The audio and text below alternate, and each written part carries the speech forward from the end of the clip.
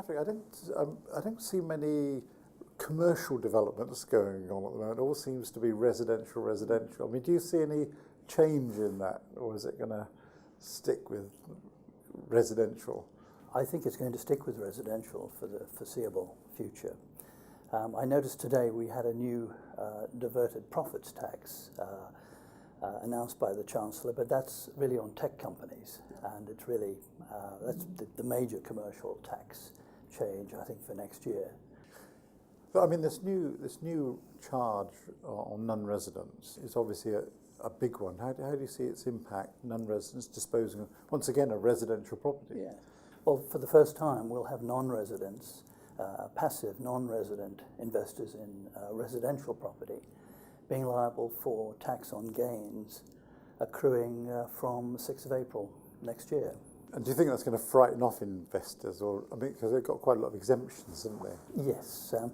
Well, the ability to elect a main residence in order to access the exemption will remain, but the fly in that particular ointment is the fact that the taxpayer is going to have to be resident in the property over a period of 90 nights during the tax year in order to be able to elect that property is exempt. Yeah.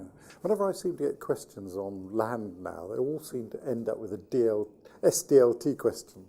Yeah. Is that your experience as well?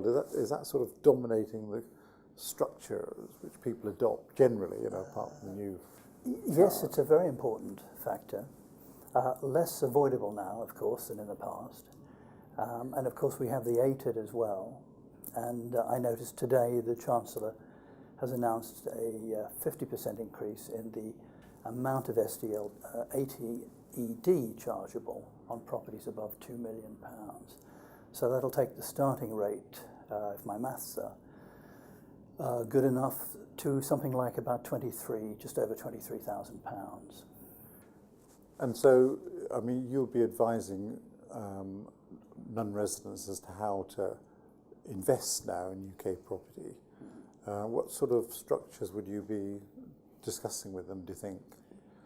Well, it's interesting that the government has shied away from a withholding tax on the capital gains liability for non-residents when they sell a residential property at a gain. And they're simply trusting the non-resident to report and pay the tax at the end of the year if they have an existing self-assessment relationship.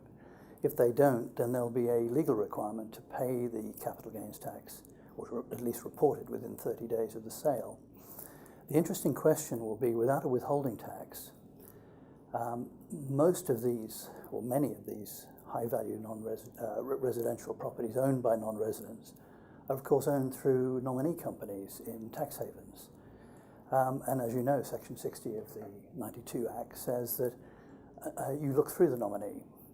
So I'm a bit puzzled as to how HMRC are going to access the beneficial owner and indeed enforce reporting and payment of the tax.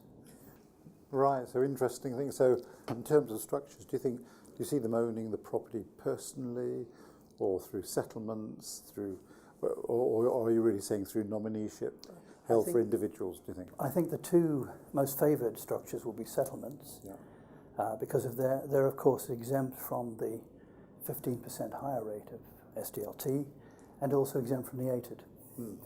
And nominee companies, because of course that provides anonymity, but if the nominee acts for an individual or some other non-chargeable person, then the ATID doesn't apply.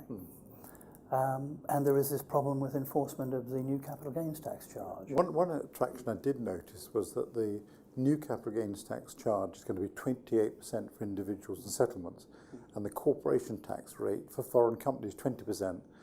I was just wondering whether that's going to actually finally push property which is not within the ATED, so it's let to non-connected persons.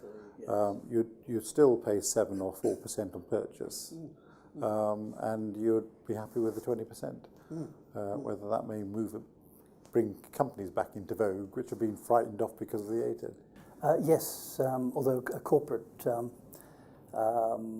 buying for a non-qualifying reason will, of course, be back in the 15%. But as you've said, it's as long as there's a commercial use, you access the 7% or the 4%, and you get the lower rate of capital gains. So yes, that may well be the way to go. Yep.